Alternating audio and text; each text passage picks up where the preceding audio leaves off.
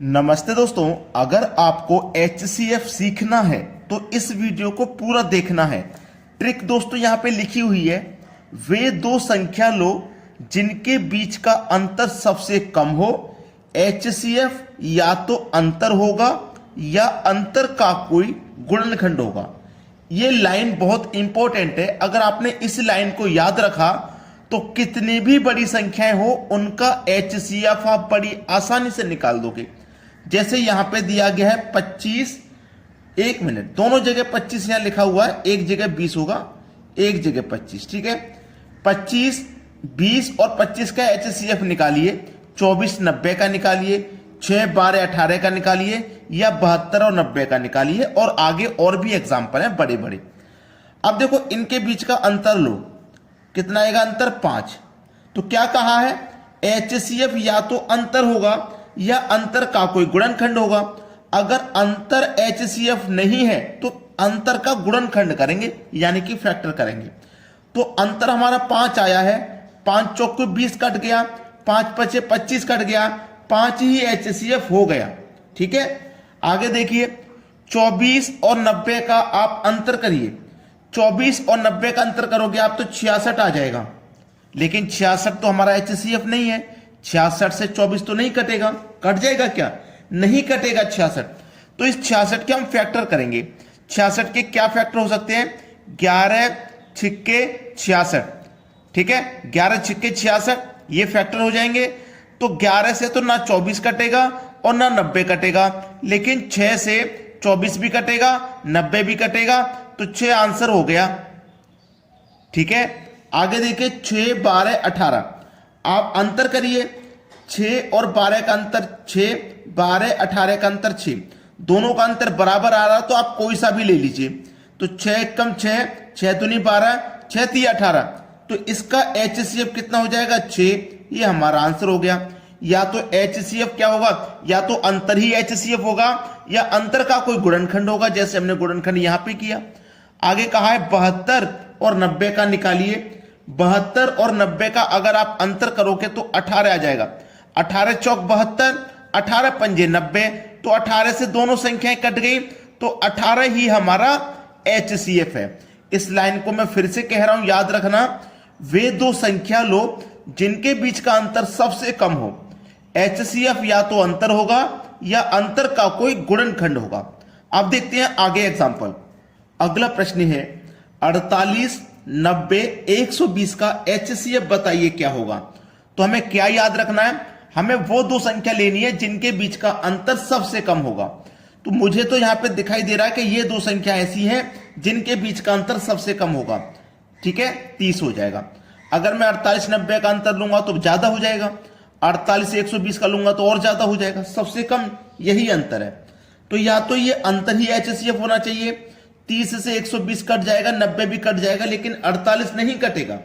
तो इस 38 के हम क्या करेंगे? फैक्टर करेंगे, गुणनखंड करेंगे हम इस 30 के। तो 30 के गुणनखंड करिए। 30 के गुणनखंड क्या हो जाएंगे? 2 से कटाओ 15 बार में, 3 से कटाओ 5 बार में, 5 से कटाओ 1 बार में, 2 3 5, ये गुणनखंड है 30 के, ठीक है। अब 5 जो है हमारा 48 को नहीं कटा सकता, तो ये 5 तो हमारा HCF हो ही नहीं सकता, ठीक है। लेकिन 2 और 3 ऐसी संख्याएं कि 2 से ये सभी संख्याएं कट जाएंगी और 3 से भी ये सभी संख्याएं कट जाएंगी, ठीक है। लेकिन HCF क्या होता है? बड़ी से बड़ी संख्या लो। अगर मैं इन दोनों का मल्टीप्लाई कर देता हूं तो 6 आ जाएगा। 6 6 48, 6 से 90 भी कटेगा, 6 से 120 भी कट जाएगा, तो हमारा जो HCF हो जाएगा वो 6 हो जाएगा। ये हमारे सवाल का सही जवाब है। जबकि 2 से भी कट रहा है, 3 से भी कट रहा है, तो 2 और 3 में बड़ी संख्या 3 है, ऐसा मत लीजिए। अगर इससे भी और बड़ी संख्या बन सकती है इन फैक्टर से तो बना लीजिए, ठीक है। चलिए अब देखते हैं आगे। अगला प्रश्न है 48 90 120 126 का HCF बताना है क्या। तो जो अंतर सबसे कम हो जिन संख्याओं में वही लेना। मुझे 120 और 126 का अंतर सबसे कम नजर आ रहा है 6। तो 6 8 48, 15 छिक्के 90, ये भी कट गया, 6 दूनी 12, ये भी कट गया, 6 दूनी 12, 6 कम 6, ये भी कट गया। तो हमारा सवाल का आंसर 6 ही तो हो जाएगा। क्लियर है? 6 ने सभी संख्याएं काट दी। अंतर ही HCF होगा या अंतर का कोई गुणनखंड होगा? बात याद है ना सभी को? चलिए अब देखते हैं आगे। अगला सवाल है 2527, 1653, 2261, इसका HCF बताना है। इस बार देखो संख्याएं बहुत बड़ी हैं, बहुत बड़ी संख्याएं, तो हमें अंतर लेना है जो सबसे कम होगा। देखिएगा मैं यहां पे ध्यान से देखूंगा 1600 और 2200 में 1600 और 2200 लगभग 600 का अंतर, 2500 और 2200 लगभग 300 का अंतर। तो मुझे इन दोनों संख्याओं में अंतर सबसे कम नजर आ रहा है, तो इसमें से इसको घटा दो, 7 में से 1 जाएगा तो 6, ठीक है।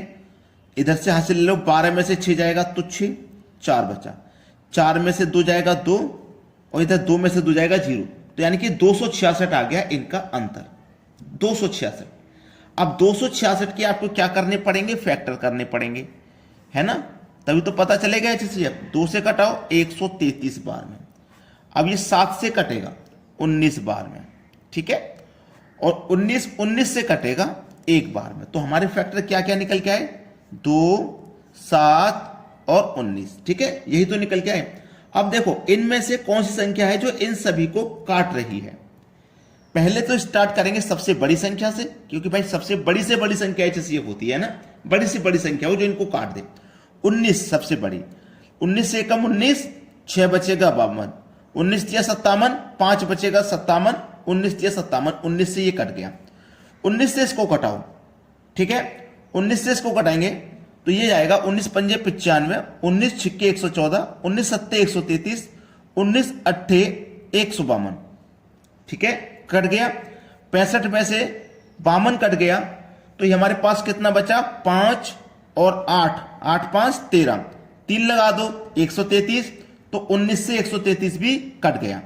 19 से कम 19, 3 बचेगा, 6 लगा दो 36, 19 से कम 19, ये भी कट गया भाई। तो हमारा 19 ही सही जवाब है। प्रश्न सभी को क्लियर हो गया ना? 19 ने ये तीनों संख्याएं काट दी, तो 19 ही सही जवाब है। चलिए अब देखते हैं आगे। अगला सवाल है 48, 90, 120, 127 का HCF क्या है? हमने जो बात बताई है उसको हमेशा याद रखना, HCF कभी गलत नहीं होगा। वो दो संख्याएं लो जिनके बीच का अंतर सबसे कम हो। तो यहां पे वो दो संख्याएं कौन सी है जिनके बीच का अंतर सबसे कम है? वो दो संख्याएं ये हैं, 120 और 127 का अंतर आ जाएगा 7, ये अंतर सबसे कम है ना। अब देखो 7 से अगर मैं इन संख्याओं को कटाऊंगा तो ना तो 48 कटेगा 7 से, ना ही 90 कटेगा, ना ही 120 कटेगा और ना ही 127 कटेगा। 7 से नहीं कटेगा। जब 7 से नहीं कटेगा तो 7 के फैक्टर करेंगे। तो आप 7 के फैक्टर करेंगे तो ये 7 ऐसी संख्या है जो कि 7 से ही कटेगी, 7 एकम 7 है ना, 1 से कटेगी। तो 7 के जो फैक्टर आएंगे वो 7 एकम 7 ही आएंगे। और जब 7 से नहीं कट रही कोई संख्या तो फिर किससे कटेगी? 1 से कटेंगी सभी संख्याएं, है ना। तो 1 आपके सवाल का हो जाएगा सही आंसर, 1 है HCF इस सवाल का। क्लियर है ना? अब आपने लाइक नहीं किया वीडियो को भाई, तो बस सभी बच्चे वीडियो को लाइक कर दें फटाफट और शेयर कर देना दोस्तों में। ठीक है दोस्तों, धन्यवाद।